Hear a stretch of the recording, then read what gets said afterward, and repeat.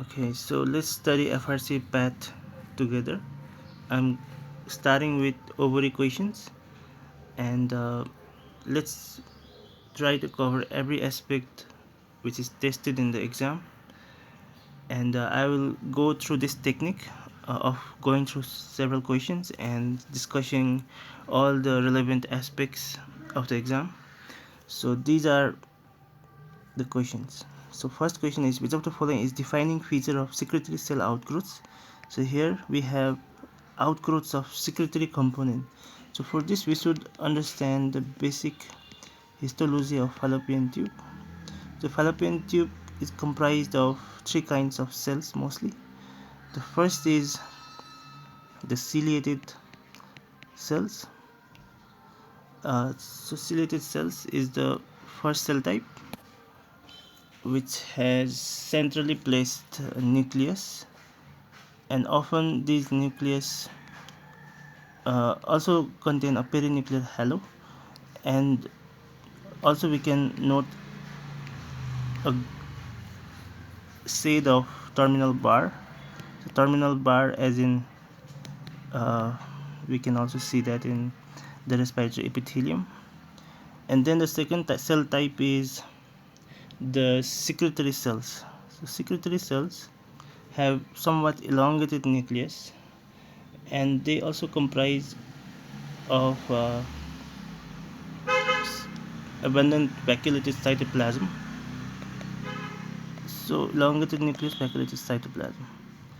And then the third cell type is the intercalated cells. So intercalated cells have lost all their secretory component and only the nucleus is remaining, so it appears as if the cytoplasm has collapsed within the nucleus.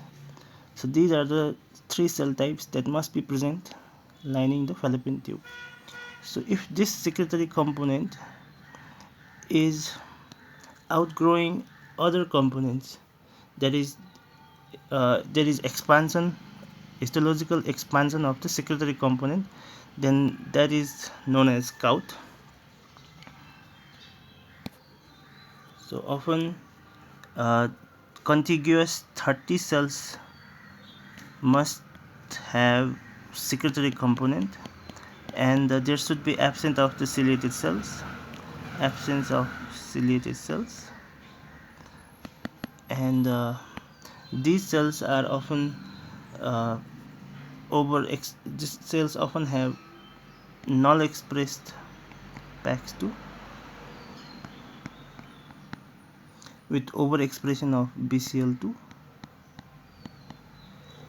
and wild type P53. So scout is one of the precursor of the high grade serous carcinoma. So we should understand it basically as firstly there should be P53 signature,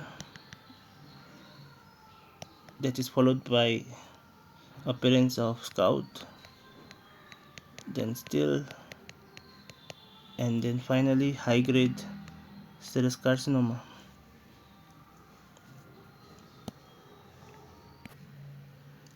So since TP53 is wild type in scout, so basically it occurs before the TP53 signature, and if mutation occurs in the TP53 gene, it results in the classic TP53 signature pattern, which is followed by stick lesion, which is serous tubular intraepithelial carcinoma, still lesion, so initially followed by stick lesion,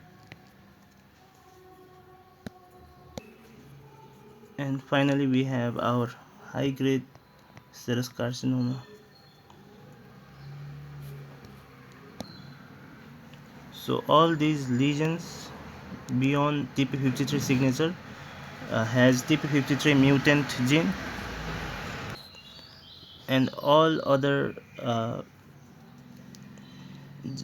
gene rearrangement and genetic sequences that results in high grade conversion include cyclin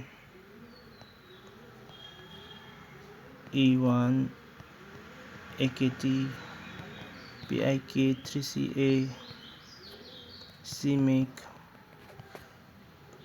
RB1, CDNK,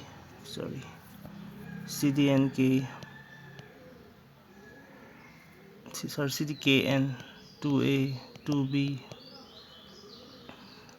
and CNMD mutation.